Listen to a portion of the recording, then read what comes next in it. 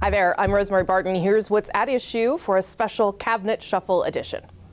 In perhaps the most significant overhaul to his cabinet since 2015, Justin Trudeau has brought 7 new faces to the table and moved more than a dozen ministers into new roles in hopes of bringing new energy to a government now heading into its 8th year. This is a moment where putting forward the strongest possible team with fresh energy and a range of skills that are going to be able to continue the really important work of showing Canadians the positive and ambitious vision for the future that we're so committed to and that I know Canadians need and deserve. I'm really excited about the work we're doing, and quite frankly, we have a huge team in caucus and across the country working really hard to deliver for Canadians in all sorts of great ways.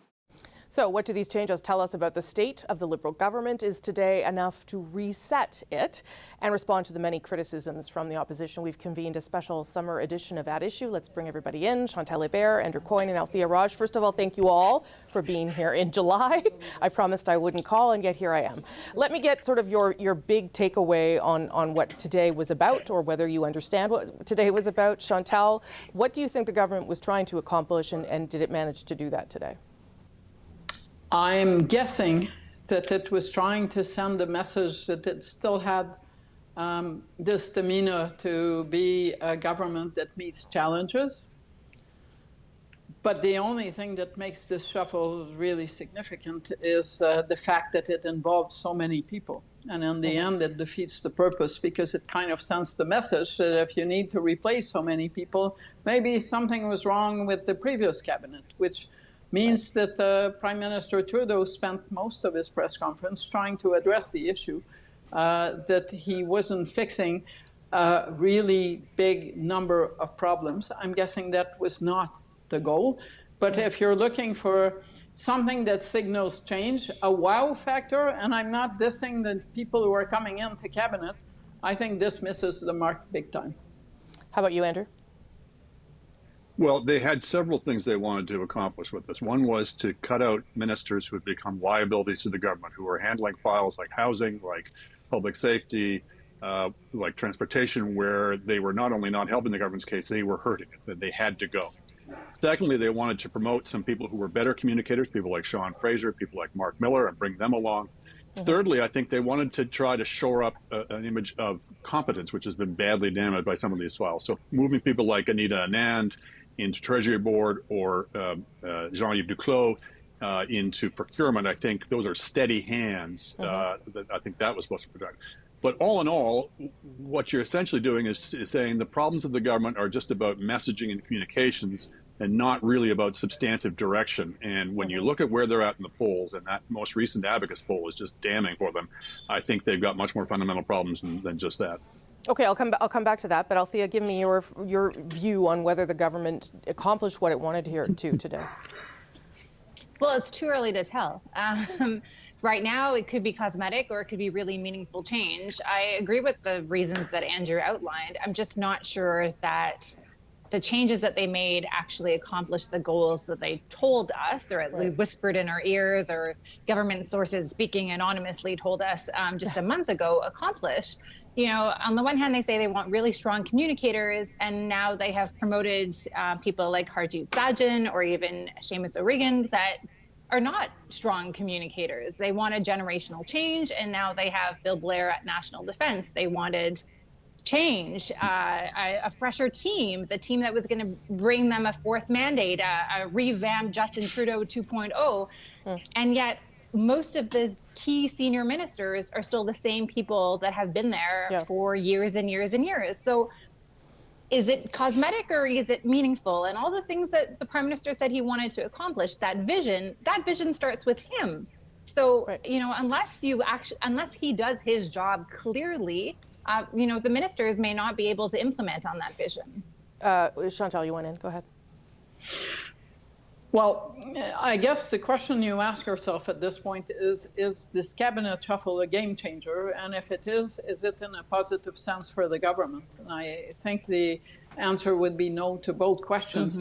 There is no There is nothing here, we're not discussing here about someone new in a key portfolio that will do something that will be impressive or will make the government's speech stick to its actual realizations. You're basically keeping, and maybe that's fine. You're keeping the same people in the senior positions. But if you're doing that, why in the world are you playing this game of musical chair? And I would argue that for most people who do not follow politics every day, or even for those who do, most of the people who got dumped and most of the people who were brought in are totally unknown. Yeah, there seemed to be a desire, Andrew, to shift the government to the economy, to talk about it more, affordability, housing, Sean Fraser, that makes sense. But the key economic portfolios, with the exception of Anita Anand, remain with the same people. So I'm not sure I see how that's going to play out in real time. Well, I agree with that it's not just it's the same people, it's the same basic approach. So until we see evidence that the government is going to change its approach, come back to this Abacus poll. The headline was they're 10 points behind the Tories. Well, that's a little worse than some other polls, but not, that could be overcome.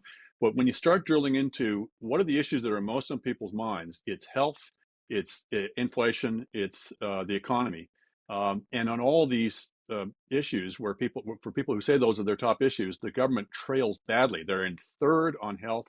They're in third, I believe, on housing. They're in second on the economy, but they're 31 points behind the Conservatives. So if the economy is top of mind for you as a voter, the Liberals are in a lot of trouble. And just having better messaging, but the same messengers is not going to change that. Althia? Well, I think we need to talk about two different things. So one is, yes, ministers doing their job, and it's a little bit too early to know how they're going to do. But the other thing is about political ministers playing a bigger part.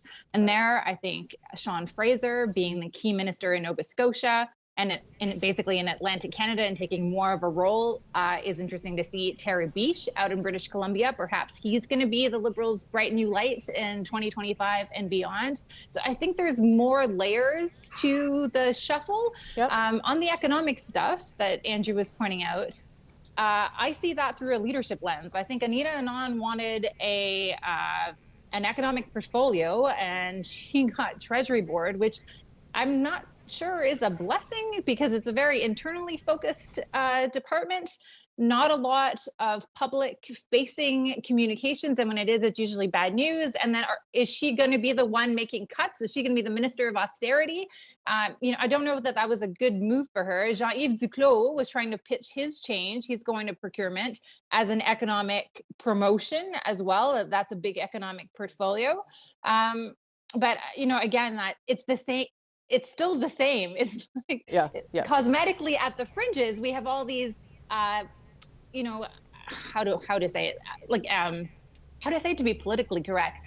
People who come from ethnic communities who might be good fundraisers in those communities have now made it into cabinet, for the exception that we are losing two Italian cabinet ministers who are quite important. But they... Yep. Is that it? Like, the narrative of the shuffle is not clear to me. Chantal. So every time I've covered a third-term government, that didn't happen very often, or one that was on the way out, sometimes second term, and people like us were looking for meaning in that big cabinet shuffle that was a reset. It didn't end well. I'll just leave it there. And Andrew, I'll end with you then. Can a cabinet shuffle bring the change that the government needs when it's facing an issue of fatigue? It could if ministers mattered more, but in Canada, ministers don't matter that much, cabinets don't matter that much. So they're mostly just symbolism and messaging type of devices rather than signaling substantive change. If they want to show change in a policy and change in approach, that's going to have to come from the center, and that's going to require something like a throne speech to really signal that they really get the need to reset policy, but we haven't heard them doing that yet. Althia, on that as well. Can it do what it's supposed to do here, reset the government? It could. I'm just not sure that this is the cabinet shuffle to do that. Okay, we'll leave it there. Thank you again for interrupting your myriad summer activities for me in July. I'll promise to try and not call before September.